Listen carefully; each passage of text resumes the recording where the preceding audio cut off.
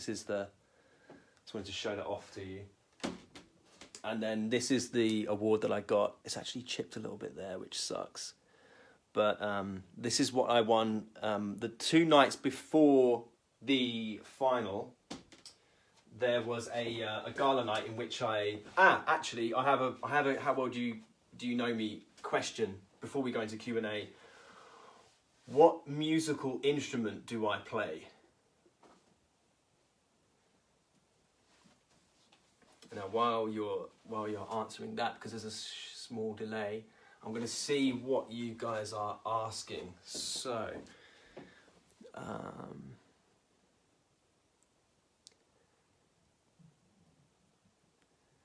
let's see.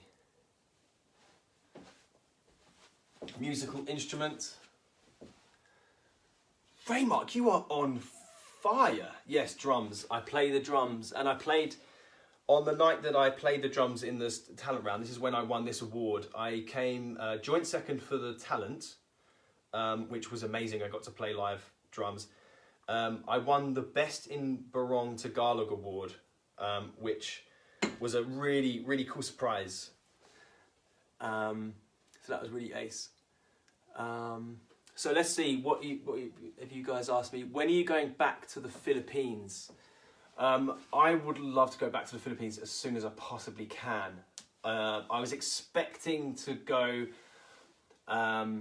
later this year for reasons that I can't actually disclose yet because it's a sort of surprise. But I was hoping to be there later this year. But I think with everything happening at the moment, I don't actually know yet. But I want to go and see more of it because we saw a few different places while we were there. But in 3 weeks, when you're doing rehearsing and lots of things, you don't really get a chance to see a lot of it. So I'd like to go somewhere like Cebu. So my parents flew out to watch me at the competition, and they went to Cebu before they got there as well, and they were just sending me pictures of the amazing beaches, making me incredibly jealous. So yeah, that's probably when I'll go back, is maybe next year. So thanks for your question. The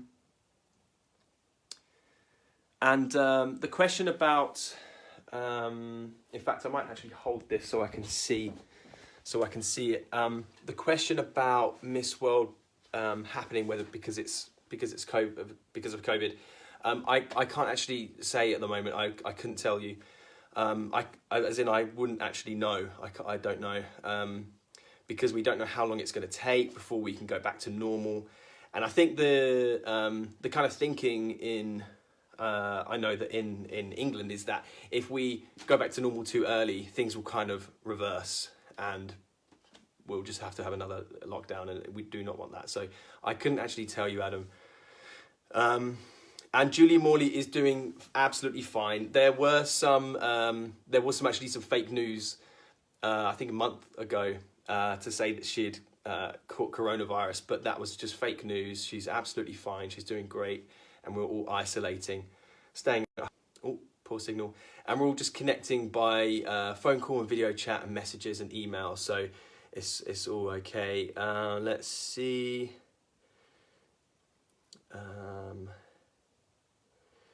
Do I plan to auction if I ever go broke? I have an auction later, because that's a strange question. To auction. What would you want to buy from me, Adam? What would you want to buy that I have? Because this is not for sale, unfortunately. This is priceless. I couldn't possibly sell this. Who is my favourite Mister? I would say I got close with a lot of the contestants. I think my roommate though, Vishnu, Mr. India, we kind of like became brothers almost, like very, very quickly. I think because we would like have a very similar sort of schedule. We'd like go to the gym and then we'd have like a late night chai tea in the evening and just kind of like chill, and then we'll do all of our social media things, and it was cool. It was like having an actual brother. I don't have brothers, I have two sisters, but it was the closest thing I had to, you know, having a brother. And I only know him for a few weeks. So we keep in touch, and yeah, he's just a really cool dude. We're going to do a video with him soon as well, because yeah, it's going to be fantastic. What else? Hey, is it, I think I'm pronouncing this right. Is it Ngoyen? Is that how you pronounce it? Hey, Ngoyen. What do I do in quarantine? If you go back, I'm not actually sure in Facebook whether you can go back to the beginning of the video. I think you can in Instagram Live. I'm not sure if you can do that. So you have to just go and watch that to see what I've been talking about. Otherwise, it will take another 30 minutes. What significant changes in your life since you were crowned Mr. World? To be honest, Francoise, significant changes are that I wouldn't say there's anything really particularly significant. I think it's just a case of kind of maintaining what I do. I was in the best shape I'd ever been when I was at the competition, so I like to keep in shape, and I like to keep a physical and mental health to a high standard. So that means I'm always making sure I eat nice, like eat good foods, maintain a good healthy diet. I like to keep learning, so even if we're just in lockdown, I like to learn new things. I'm learning how to do this video editing, and I'm learning how to do lots of musical production. That's really what I'm trying to do. I think we're having connection issues. As a Mr. World title holder, I'm trying to give people kind of an insight into who I am, and a little bit of what I've learned as well. I mean, being an engineer or rocket scientist, you kind of learn a lot about science and how the world works, and I guess it's like a nice thing to be able to sort of say, like, this is how the world works in some way, and how technology works, because I absolutely love technology, so I'm always down to talk about technology. Let's see. I'd say let's leave this to the last question. Faz Bedro, what are your memorable moments on the pageant that you never forget? Memorable moments.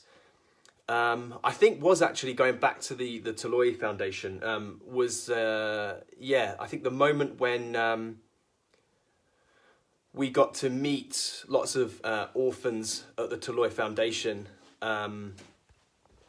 because they all started their life in such unfortunate ways, and it was just so nice to see how they were, you know, kind of graduating through this program and getting the jobs that they really, really wanted, and becoming chefs and cooks, and it was the most uplifting thing I've ever seen, and it made me really want to see what we're doing in the UK. And there's a similar place called Darien House in England, and it's made me want to go and visit them. Yeah, I think that was the most memorable. And there were so many times when we had a rap battle on the way back from, where was that? We had a rap battle on the way back from a visit to BGC, an area in Manila, and that was insane. That was so good fun, because like we barely any of us could rap, but it was just so funny. And we basically turned the coach into like a party bus, and it was just like such a good funny memory. And there'd be people, a lot of the guys, the Latino guys, Spanish speakers, would be singing all this kind of Latino, and I'd be in the middle thinking like, I have no idea what on earth they're saying. So that was really, really funny. I'm going to try and read. Yes, so yes, Adam, the visit to BGC was for the Bench Clothing brand as a sponsor, and we went there and got to see all of their cool merch. So that was really, really good fun. What do you miss most in the Philippines? What I miss most? I think you guys, as a civilization, as a people, you guys are awesome. Like you absolutely love Mr. World and all the pageants, and you get so into it. You guys would come up to me and ask me like questions that I don't think even like my closest friends knew about me, and I'd say like, oh wow, okay, you know that about me. Yeah, let's talk about that. And you just really, it's I've said it before. It feels like the sort of the capital of the world for all of the like pageant related stuff, and you know, Mr. World and Miss World, and there's so many different competitions that you host over there. And I love following all of them. They're incredible. I think I'm going to wrap up there, guys. And thank you for joining in. I encourage you to go over to Jack Heslewood on YouTube and the same Jack Heslewood on Instagram. There are videos I've been posting on there with all sorts of stuff. There's like story highlights with, if you wanted to go and watch my journey at Mr. World, there's every single day my blog of what I was doing each day and how actually my journey in winning it. And it's funny because it kind of cuts from being behind the scenes, kind of cheering the green team. I was part of green team, cheering my team on, and then I'm being crowd surfed just like this on my back. So that was actually thanks to folks in the audience that were recording that and then sending it to me. So thank you for doing that, because that was such a cool memory. In fact, actually, the best memory, I take it back, is that. So if you go on to my story highlights on Instagram, go on to, I think it's called MW3, or it's called Final Night, or something like that. I can't actually remember, I should know. You'll see it there, it's really, really good. And the other thing I wanted to say was, yeah, I think the key kind of takeaway in relation to COVID is that we don't yet know when we're going to be out of lockdown, but it will be sooner than we think, and we'll be back to normal sooner than we think. And I'm pretty sure that we'll actually miss this time. I think in hindsight, we'll look back and it'll be a time that we kind of learnt lots of things about ourselves and our ability to cope, and we'll come out of it with a bit more kind of enlightenment into how a situation like this can actually affect the world, and kind of put things into perspective, and we can reprioritize, you know, what we think is important in our lives. And I sent a message in an Earth Day video I did on Instagram as well, and it was really to try and drive home a point that there was a quote that I quoted from Gandhi, which is, the earth provides enough to satisfy every man's need, but not every man's greed. And what I really wanted to try and drive home with that point is that, you know, even though we don't have planes flying in the air and we've got no traffic on the roads, and, you know, we're all stuck in our homes, even though it's not ideal, you know, you see positives from it. You know, we've never had such clean air. We've got barely any pollution now. We've got cities that have had record levels of record lows of pollution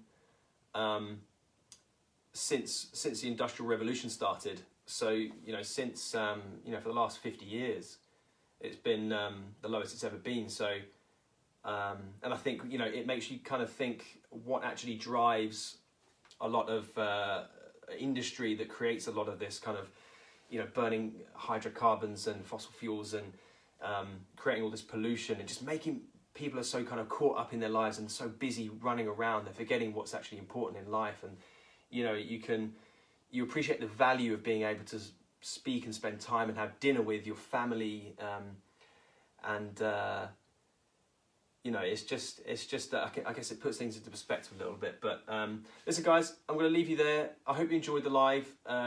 Let me know if you want to see any more of these. I mean, this was the first time I've spoken just to a camera on my own, so I'm going to need to make a fresh cup of tea to